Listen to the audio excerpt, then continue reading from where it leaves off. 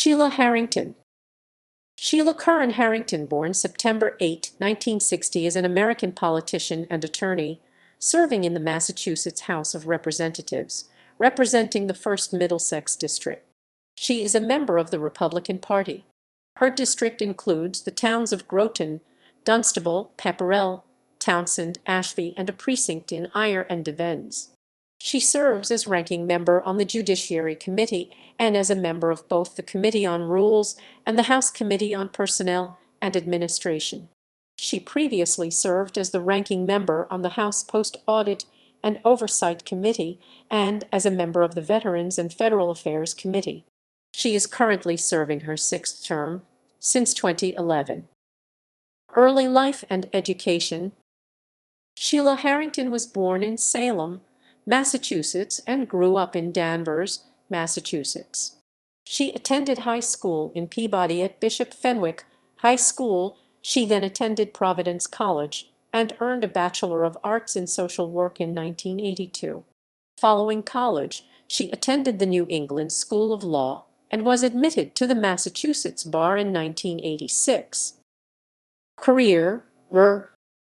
Sheila has been a practicing attorney in Massachusetts for over 30 years. She continues to have a law practice in Groton, Massachusetts, along with 2 other attorneys. One of Harrington's most notable positions is her stance on transgender rights. In an op-ed from the Lowell Sun, she wrote how after passionately protesting a bill on the Massachusetts House floor, she came to realize that was wrong in her own mind, saying, as a member of the legislature and a member of the Judiciary Committee, it has been my job to attend hearings and to listen, understand, look at the facts, and refuse to give in to fear or vague speculation as to what could happen. I examined this debate with a more open and honest heart and mind during the hearings that followed my speech 6 years ago. I listened to law enforcement, who offered their professional advice that transgender protections lead to virtually no increase in public safety incidents. I listened to parents who told heartbreaking stories of the hardships their transgender children had faced. I listened to transgender men and women who have faced harassment simply for being who they are. I tried to put myself in their shoes. I also listened to opponents. However, they did not testify from personal experience or data. Their opposition was overwhelmingly based upon speculation as to the issues we might encounter if this bill passes.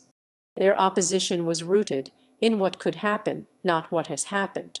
Their opposition stemmed from myths, stereotypes, and misconceptions about who transgender people are and what this law would do. Now, we have seen in the past year that their speculation was wrong. This law has only made Massachusetts a stronger, more welcoming place for all. I have been well aware of the arguments made against transgender rights because I once made them myself. But I also know now that they are wrong. Many people have said that they could not support the transgender bill because of their faith. I have been raised as in the Roman Catholic faith all my life. I went to 16 years of Catholic school, including 4 years at Providence College. I do not purport to be a religious scholar or an expert on the Bible, but there are a few things that I have certainly taken from my faith. I believe God told us to love one another as I have loved you, and he didn't add, unless they are transgender,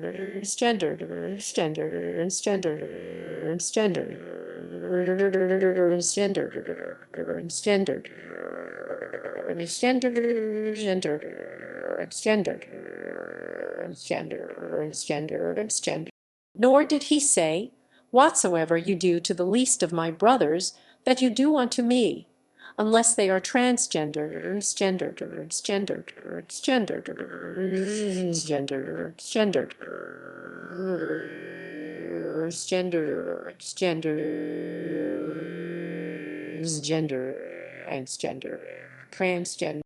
I now support transgender protections fully because of my faith, not in spite of it. Transgender equality is not about a new or special privilege. It is about preventing discrimination. Plain and simple. We must have the courage to do what we believe is right. I was wrong 6 years ago. I'm proud to have done my part last year. Electoral history.